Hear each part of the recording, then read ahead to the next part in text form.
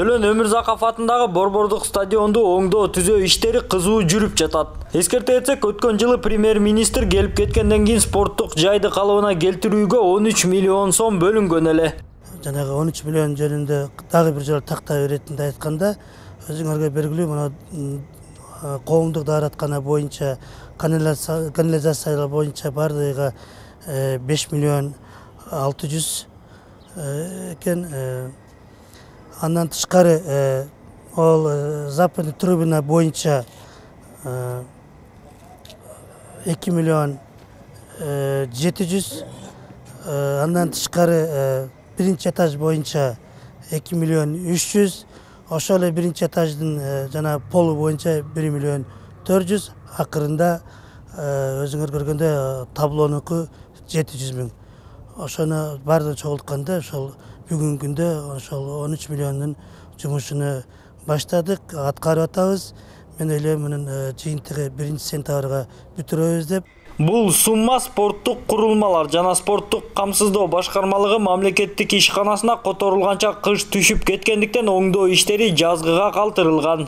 Кудай кааласа бул жумуштардын баары бүтсө, бул биздин Кыргызстандан спортсмендердин элибиздин жүзү деп ойлойбуз. Бул биздин коомчулукка чоң иш кылганыбыз көрүнөт дейбиз. Андан тышкары ошол биздин ишканага келип, ошол стадионго келген элдердин жүзү бир настроениясы, маанайы ачык болот деген ойдобуз.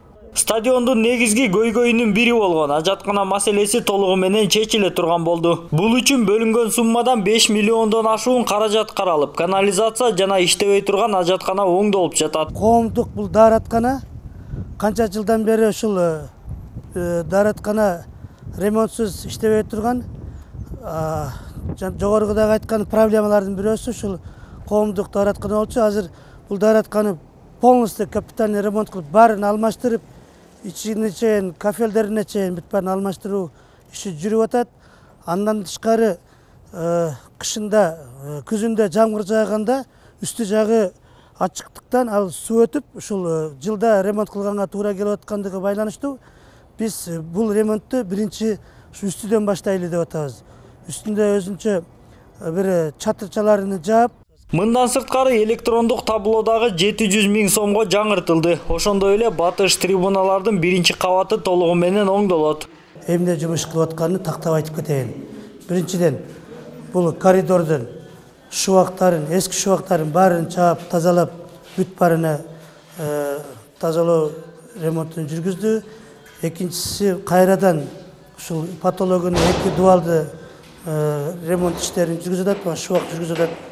Анан электричествосуну баардыгын алмаштырдык. Сантехника, канализация ичкисини баарын алмаштырып атат.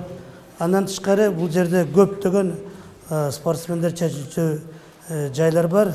Раздевалка деп коет. Ошо раздевалкаларды ремонт иштерин, эшиктерин, терезелерин баардыгын алмаштырып атат.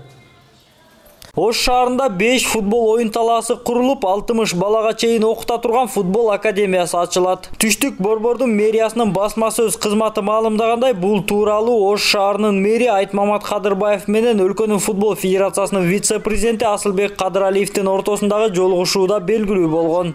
Маалыматка ылайык, УЕФА 2 чоң жана 3 кичине оюн талаасы менен футбол академиясын ачууга $1 миллион бөлүп берген. Белгилей кетсек, курулуш иштери июнь айында башталып, үстүбүздөгү жылдын декабрында академия ачылышы керек.